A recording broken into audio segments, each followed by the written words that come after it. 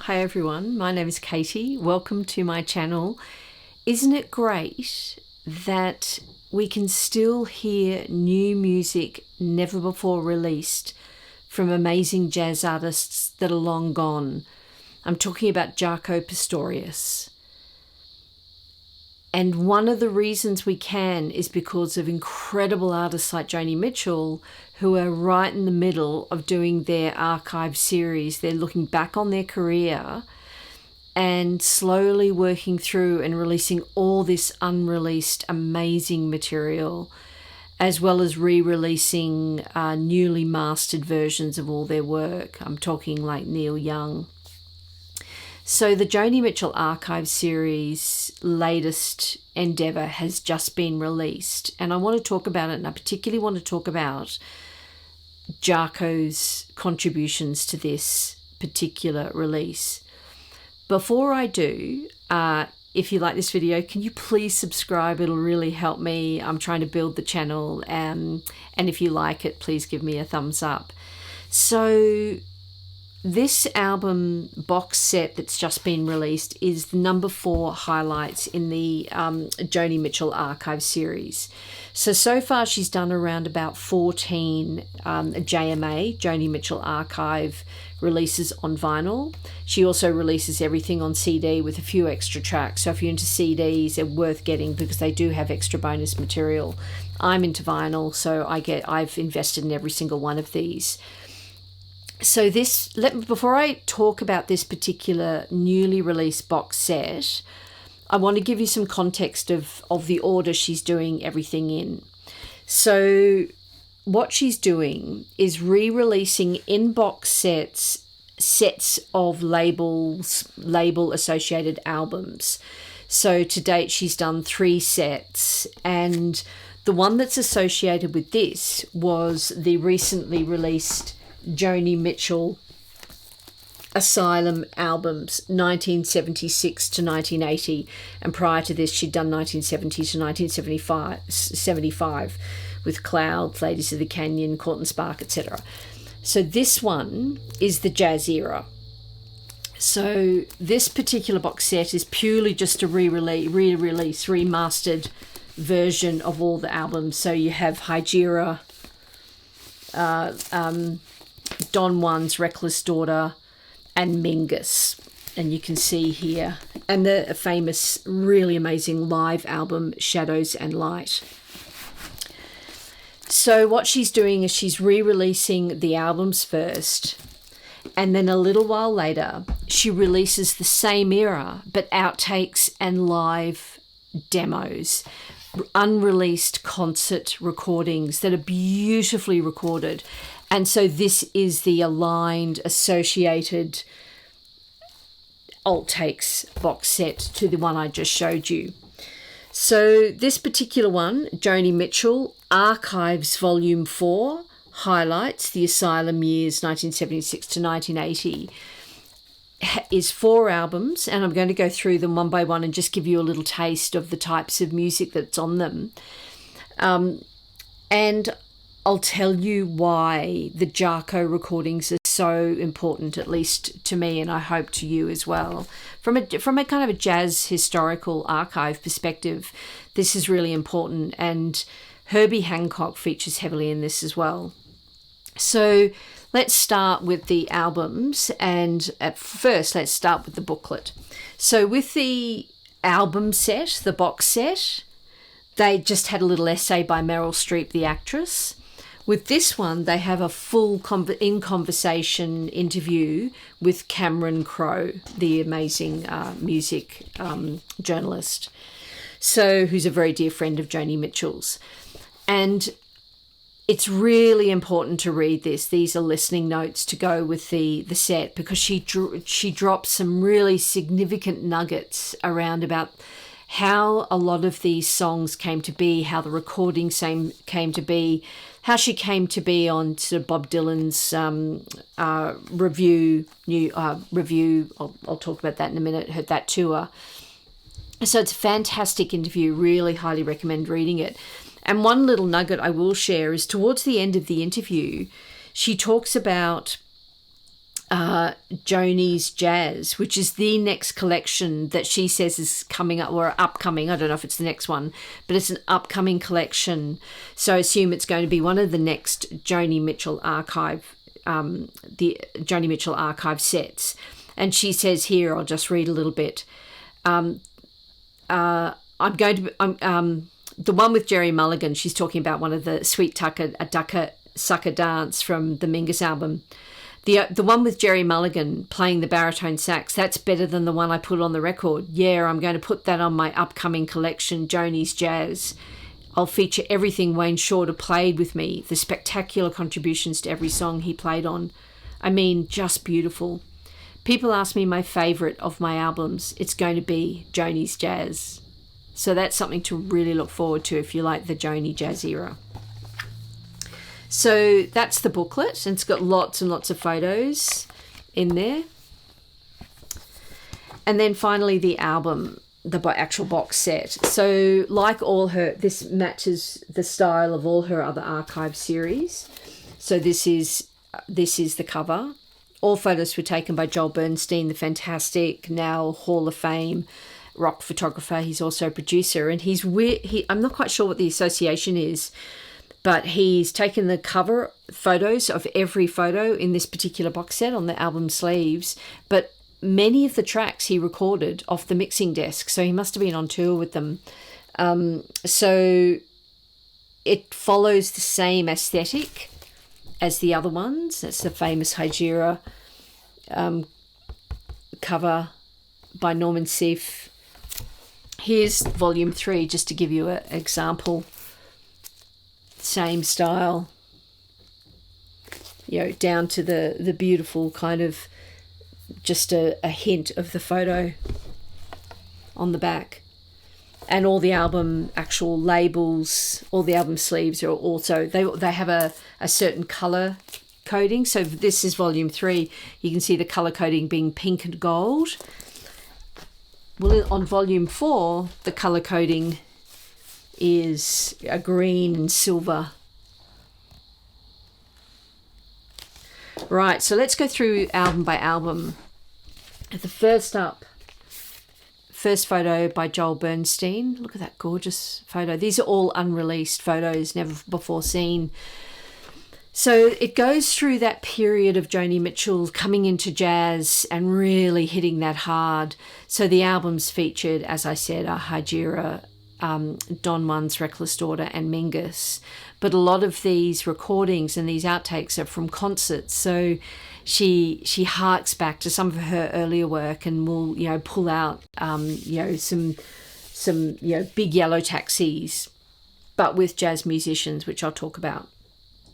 So this one, we start with the Rolling Thunder review. As I said, it was Bob Dylan's review. She was a bit of in her words, a hitchhiker on that. She just accidentally found herself on it for a few gigs. And from the reading of the interview with Cameron Crowe, I don't think it wasn't her kind of, she wasn't enamored with it. I don't know if it was the drugs or the people or what was happening, but I don't think it was her place, and she very quickly left it, and she went on tour on her own in 1976. But in 1975 she was on the Rolling Thunder review, and the first album features performance intros to her. Surprise guest Joni Mitchell's going to play a couple of songs for us, and then some live recordings of her at the Rolling Thunder review. And as I've said before, never heard before. So, we're hearing things like Edith and the Kingpin, A Case of You, a completely different type of version of A Case of You. So you think she's doing this in November 1975, she's already exploring jazz.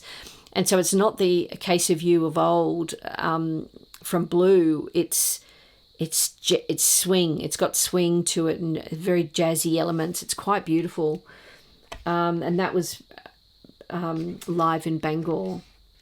And then on side 2, we have live at Montreal Forum, and then a 1976 tour of the United States. And she features Free Man in Paris, Coyote, For Free. So we're now starting to get into that kind of jazzy era. So that is the first album. And then we move into the side 3 and 4, so the second album in the box set. And we're starting to get into 1975. So Shadows and Light, In France They Kiss on Main Street, Amelia, Song for Sharon. And again, it's some of her own tour and some from the Rolling Thunder Review. But on this album, there's also a couple of demos, all of which I have to say are beautifully recorded. This sounds amazing, this box set. This is probably my favourite box set to date of the Archive Highlight series, the outtake demos type things. And then we get into the third album. Again, another photo by Joel Bernstein. Look at that, a lovely photo of her in the studio. You don't often see those photos. Isn't that beautiful? So this is Hygira Sessions, summer of 1976. So features Don Juan's Reckless Daughter, early rough mix, Otis and Melina, early rough demo, and that is from Don Juan's Reckless Daughter sessions. So she's crossing over there, obviously experimenting with other albums that are upcoming. The Mingus sessions, Sweet Sucker Dance, that's the one I was referring to at the top of this video, where she preferred the version of this to the one that ended up on the album. And that's going to come up on the upcoming Joni Jazz collection. And then we're moving into live at Bread and Roses Festival and Greek Theatre. Very much Goodbye Pork Pie Hat, the famous Mingus tune and one of the best songs off the Mingus album, in my opinion. A Mingus early alternative version of God Must Be a Boogeyman. And then finally, the fourth album, which is my favourite one. And there she is at Forest Hills. And that must be Jaco there with his back, tuning his guitar, his bass. Such a historical photograph, such a historical concert. And I want to spend a little bit of time on this because this is what I mean by how incredible this archive series is and how wonderful that we're getting to hear not only Joni Mitchell unreleased work, which is just fantastic, but people like Jaco, Pastorius, Herbie, Hancock, who are all in her band at this point, touring with her when they can. And it's all captured on this vinyl album here and re-released or released for the first time. So it's unreleased material. And Jaco has never sounded better. It's just absolutely beautiful, that beautiful fretless bass. You can hear him. This album starts with Mingus' early alternative version, Sue and the Holy River, and it's continued from the last album. And then they move into the tour rehearsals, Jericho, Help Me, and then 1979 tour of the United States, live at Forest Hill Stadium, Tennis Stadium, August the 25th, 1979, Big Yellow Taxi. So we're talking Big Yellow Taxi from Ladies in the Canyon, played in 1979 with these musicians, with Jaco on Big Yellow Taxi. Just Like This Train, phenomenal. Raised on Robbery, that rocking Joni tune. And all these songs unreleased. It's a set with Joni, Jaco. Let me tell you exactly who's on this. It's in the booklet. So at the end page of the booklet, we have sort of further information of the actual. So it's Jaco Pastorius on bass, Don Elias on drums and congas, Pat Metheny on lead guitar, Lyle Mays on keyboards, and Michael Becker on sax. So not Herbie Hancock yet. And this one was recorded by Joel Bernstein, the photographer of the actual album cover. it was recorded from the mixing desk. So a little bit kind of unsure of how that all played out. And he's got a credit on this box set as the photographer and photo and tape archiver or researcher. Tape and photo research by Joel Bernstein. And then she plays The Last Time I Saw Richard. It is stunning. It's absolutely brilliant. And then the final track is live at Greek Theatre with an intro by Joni, and she plays A Chair in the Sky featuring Herbie Hancock on electric piano, Jaco Pastorius on bass, and Don Elias on drums. And it is brilliant. This fourth album is probably my favourite single album of the entire 4 box sets of the Archive Highlight series. It's worth buying the whole box set for this alone. Now, I'm sure they'll probably release individual. Sometimes they release kind of one-offs. I know that there's one coming for Record Store Day, which will feature some of these. Not sure what the tracks are. It is just brilliant and beautifully recorded and mixed. The whole box set, as all the others, have been mastered by Bernie Grundman. I will show you just one of the albums just to give you a sense of the styling. They all come in polyline sleeves, and you can see here it's kind of like a green label with the JMA badge for Joni Mitchell Archive and Rhino. It's all done with Rhino. So that's what the fourth one looks like. But if I were to show you what the third set looks like, very similar in style, except if you remember, this one was gold and pink. So very similar. Highly recommend it. So you can see in the background I have my Joni Jam pennant from when I went to see her at the Gorge in 2023. And I am a huge Joni Mitchell completist, and I particularly love this Joni Mitchell Archive series. Some of them are not as good as the originals, and the originals you can still get pretty mint, like if you look hard enough. So if you want to collect Joni Mitchell, you know, an easy way would be just to be picking up in the wild her original recordings, and I'd highly recommend that. I'm a completist, so I'm getting all her archive materials as well. I just think it's really important. What I love about it particularly are the interviews and the show notes that go with it. Anyway, I hope you've enjoyed this video. Please give me a thumbs up and subscribe, and I'll see you in the next one. Bye.